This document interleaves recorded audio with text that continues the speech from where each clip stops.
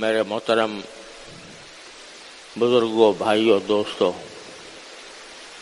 السلام علیکم ورحمۃ اللہ تعالی وبرکاتہ۔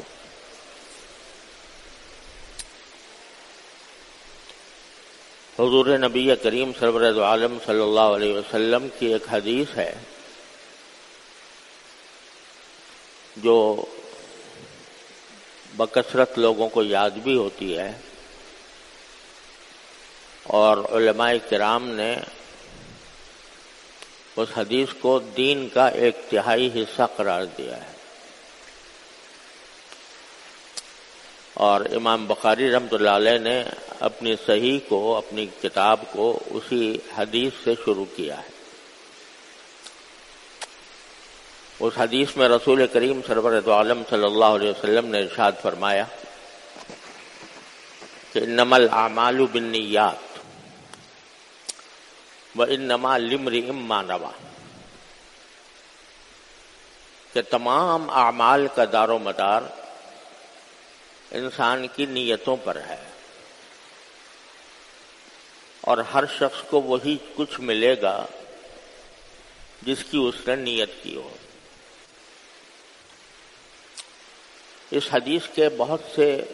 پہلو ہیں، اور اسی لیے اس کو دین کا ایک بہت بڑا حصہ قرار دیا گیا ہے۔ تو اس کی تھوڑی سی تفصیل میں آپ حضرات کے سامنے عرض کرتا ہوں۔ اس کا پہلا سبق تو یہ ہے کہ انسان اپنی زندگی میں جو بھی کوئی نیکی کا کام کرے تو اس میں اس کی نیت اللہ تبارک و تعالی کی خوشنودی حاصل کرنے کی ہو، تب تو وہ نیکی کا کام نیکی سمجھا جائے گا، اور انشاءاللہ اس کے اوپر اجر و ثواب مرتب ہوگا۔ اور اگر دیکھنے میں تو نیکی کا کام ہے، لیکن نیت اللہ تعالیٰ کو راضی کرنے کی نہیں ہے، اللہ تعالیٰ کی خوشنودی حاصل کرنے کی نہیں ہے، تو وہ عمل بیکار ہے۔ بعض اوقات وہ نیکی کا کام نیکی بننے کے بجائے گناہ بن جاتا ہے۔ اس کی سادہ سی مثال تو یہ ہے کہ ہم نماز پڑھنے کے لیے آتے ہیں مسجد میں جماعت سے، تو اگر مسجد میں آنے اور نماز پڑھنے کا مقصد اللہ جل جلالہ کی عبادت ہی ہو، اور یہ مقصد ہو کہ میں اللہ تعالیٰ کو راضی کروں گا، اس کی خوشنودی نماز سے حاصل ہوگی، تو وہ نماز مقبول ہے اور اجر و ثواب کا سبب ہے۔ اور اگر خدا نہ کرے دل میں نیت یہ ہو کہ لوگ مجھے نمازی سمجھیں گے اور لوگ مجھے عبادت گزار سمجھیں گے، مجھے نیک سمجھیں گے، اس غرض سے جا رہا ہے آدمی مسجد میں نماز پڑھنے کے لیے، وہ دوسرے الفاظ میں ریاکاری کرنے کے لیے جا رہا ہے، تو نہ صرف یہ کہ وہ نماز قبول نہیں ہوگی اللہ تعالیٰ کے ہاں، اور اس کے اوپر کوئی اجر و ثواب مرتب نہیں ہوگا، بلکہ اللہ بچائے الٹا گناہ ہوگا، کیونکہ نماز تو اللہ کے لیے تھی خاص۔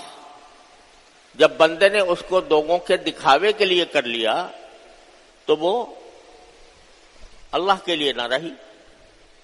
جو کام اللہ جل جلالہ کے ساتھ کرنا تھا وہ اس نے مخلوق کے ساتھ کر لیا، تو یہ گناہ ہوا۔ بلکہ ایک حدیث میں یہ الفاظ آتے ہیں کہ من صلی یرائی فقد اشرک باللہ، جو شخص نماز پڑھے ریاکاری کے لیے، محض دکھاوے کے لیے، تو وہ در حقیقت اللہ کے ساتھ اس نے مخلوق کو شریک ٹھہرا دیا، یہ ایک طرح کا شرک ہے۔ ریا کو بھی اسی لیے ایک طرح کا شرک قرار دیا گیا ہے۔ تو جو بھی نیکی کا کام ہو وہ آدمی صرف اللہ کے لیے کرے، اللہ کو راضی کرنے کے لیے کرے، تو وہ اس کا ثواب ملے گا، اجر ہوگا۔ اور یہ تو میں نے ایک مثال آپ کو نماز کی دے دی، عبادت کی دے دی، لیکن اور بھی نیکی کا کام ہے نا، جیسے کسی کو صدقہ دے دینا، کسی غریب کی مدد کر دینا، کسی ستم رسیدہ کو اس کے ظلم سے چھڑانے کی کوشش کر لینا، کوئی کسی کا دل دکھا ہوا ہے اس کو کچھ تسلی کی بات کر دینا، کوئی بیمار ہے اس کی عیادت کر دینا، یہ سب ثواب کے کام ہیں، سب نیکی کا کام ہے۔ اور اسی طرح کسی مسلمان بھائی کو اپنے گھر میں دعوت دینا، یہ سارے ثواب کے کام ہیں، نیکی کے کام ہیں۔ لیکن یہ اسی وقت نیکی ہیں جب مقصود اس سے اللہ تبارک و تعالیٰ کی رضا جوئی ہو،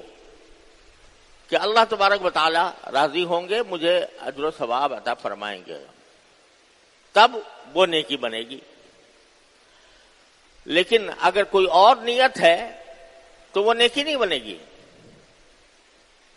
وہ بعض اوقات تو الٹا گناہ کا سبب بھی بن سکتی ہے۔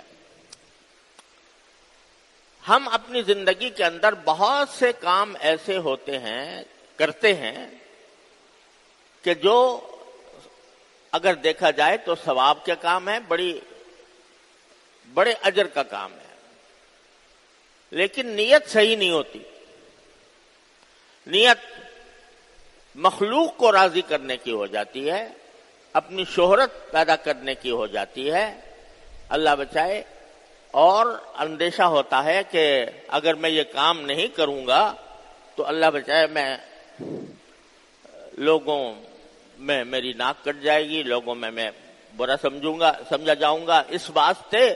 اس نیت سے کرتا ہے کہ تاکہ لوگ مجھے برا نہ کہیں۔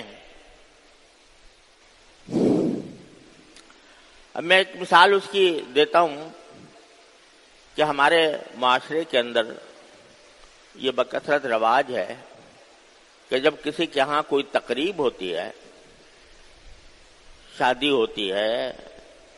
بچے کا عقیقہ ہوتا ہے، یا اور کوئی تقریب منعقد کی جاتی ہے، بعض اوقات کسی بچے نے حفظ قرآن کی تکمیل کی ہے تو اس کی خوشی میں تقریب کی جاتی ہے، دعوت کی جاتی ہے۔ اب اس موقع پر ہمارے ہاں رواج یہ ہے کہ جو آدمی اس تقریب میں جاتا ہے تو تقریب والے کو کچھ ہدیہ پیش کرتا ہے۔ اب یہ ہدیہ پیش کرنا بھی بڑا سوال